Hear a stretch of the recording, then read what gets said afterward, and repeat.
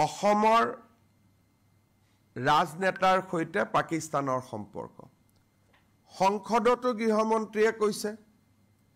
সাধাৰণতে সংসদত ভুল তথ্য দিলে এফেক্টেড মানুহজনে প্ৰিভিলেজ মোচন দিব লাগে এইটো আপুনি মোৰ বিষয়ে ভুলকৈ কৈছে সংসদতো কোনো প্ৰিভিলেজ মোচন দিয়া নাই আৰু যোৱাকালিও গৃহমন্ত্ৰী ডাঙৰীয়াই তাক ৰিপিট কৰিছে তাৰ পৰা আপোনালোকে অনুভৱ কৰিছে যে বিষয়টো কিমান এটা সিৰিয়াস হ'ব পাৰে ইমান দিন অসমৰ মুখ্যমন্ত্ৰীয়ে কৈ আছিল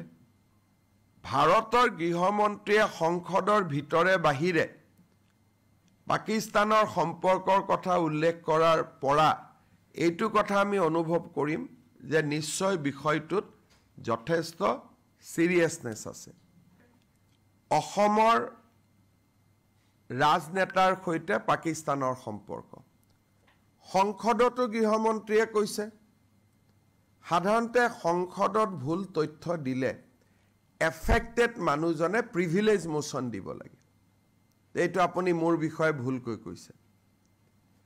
সংসদতো কোনো প্ৰিভিলেজ মোচন দিয়া নাই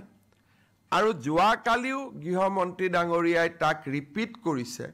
তাৰ পৰা আপোনালোকে অনুভৱ কৰিছে যে বিষয়টো কিমান এটা সিৰিয়াস হ'ব পাৰে ইমান দিন অসমৰ মুখ্যমন্ত্ৰীয়ে কৈ আছিল ভাৰতৰ গৃহমন্ত্ৰীয়ে সংসদৰ ভিতৰে বাহিৰে পাকিস্তানৰ সম্পৰ্কৰ কথা উল্লেখ কৰাৰ পৰা এইটো কথা আমি অনুভৱ কৰিম যে নিশ্চয় বিষয়টোত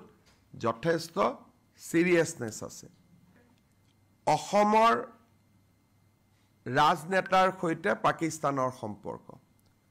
সংসদতো গৃহমন্ত্ৰীয়ে কৈছে সাধাৰণতে সংসদত ভুল তথ্য দিলে এফেক্টেড মানুহজনে প্ৰিভিলেজ মোচন দিব লাগে এইটো আপুনি মোৰ বিষয়ে ভুলকৈ কৈছে সংসদতো কোনো প্ৰিভিলেজ মোচন দিয়া নাই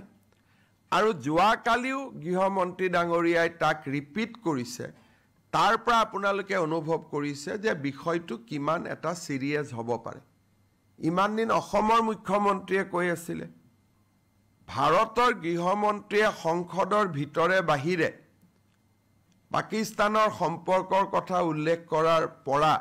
এইটো কথা আমি অনুভৱ কৰিম যে নিশ্চয় বিষয়টোত যথেষ্ট সিৰিয়াসনেস আছে অসমৰ ৰাজনেতাৰ সৈতে পাকিস্তানৰ সম্পৰ্ক সংসদতো গৃহমন্ত্ৰীয়ে কৈছে সাধাৰণতে সংসদত ভুল তথ্য দিলে এফেক্টেড মানুহজনে প্ৰিভিলেজ মোচন দিব লাগে এইটো আপুনি মোৰ বিষয়ে ভুলকৈ কৈছে সংসদতো কোনো প্ৰিভিলেজ মোচন দিয়া নাই আৰু যোৱাকালিও গৃহমন্ত্ৰী ডাঙৰীয়াই তাক ৰিপিট কৰিছে তাৰ পৰা আপোনালোকে অনুভৱ কৰিছে যে বিষয়টো কিমান এটা সিৰিয়াস হ'ব পাৰে ইমান দিন অসমৰ মুখ্যমন্ত্ৰীয়ে কৈ আছিল ভাৰতৰ গৃহমন্ত্ৰীয়ে সংসদৰ ভিতৰে বাহিৰে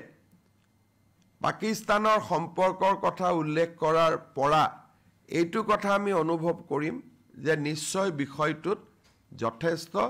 সিৰিয়াসনেস আছে